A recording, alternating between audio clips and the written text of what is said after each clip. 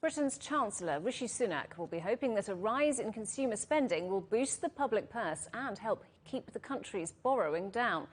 Patrick Minford is Professor of Economics at Cardiff University. I asked him what the significance of the UK's debt load actually is. Well, it's about 100% of GDP, which is actually about half what it, or less than half what it was after the Napoleonic Wars and also after World War II. Of course, it's very like war debt, and it's no cause for panic. And basically, these large debts get paid off by growth in GDP and also inflation. And that's what happened to the previous big debts. They get gradually paid off over time. The debt ratio comes down over time, and there's no question of suddenly trying to pay them off and going into huge repayment mode. That would be really stupid to do because it would crush the economy. And it's really important to bring the debt ratio down. You need to really encourage growth and get the economy to grow. So the urgent need at the moment is for a policy to be supportive of growth through supply-side reforms and regulative reforms and actually also tax cuts, which will pay for themselves over time. Well, some UK lawmakers, though, are saying that taxpayers will be facing the costs of COVID for decades.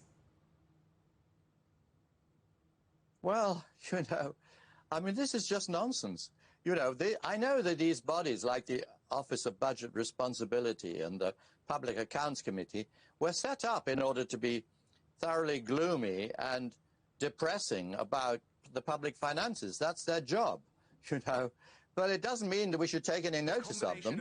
The truth is we need policy to support the economy and to get growth going. And that's what creates welfare for the citizens of the UK economy, not sort of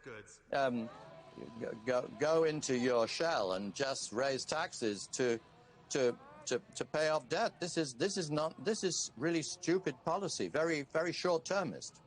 A rather more positive prediction, though, from EY's Item Club, suggesting the UK economy will be back to pre-pandemic levels by the end of this year. Do you see that happening? Yes, I do. I think the latest EY Item Club forecast is about right. I mean, we have a very similar figure.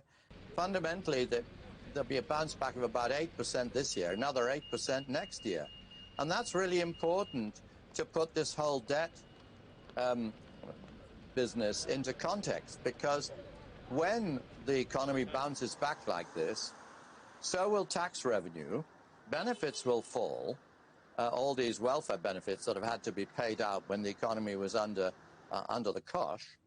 And so those benefits will fall back, of course, and also the emergency spending that's been put in place for COVID will melt away. So we're left with the normal type of spending commitments and also much restored revenues and normal sorts of levels of welfare benefits. And that will lead to the PSBR, the public sector borrowing requirement, coming right back down to about first about 2% of GDP in a couple of years, and then basically coming back down to zero, which means then that the economy's recovery will steadily reduce the debt ratio, and so that will be very sustainable.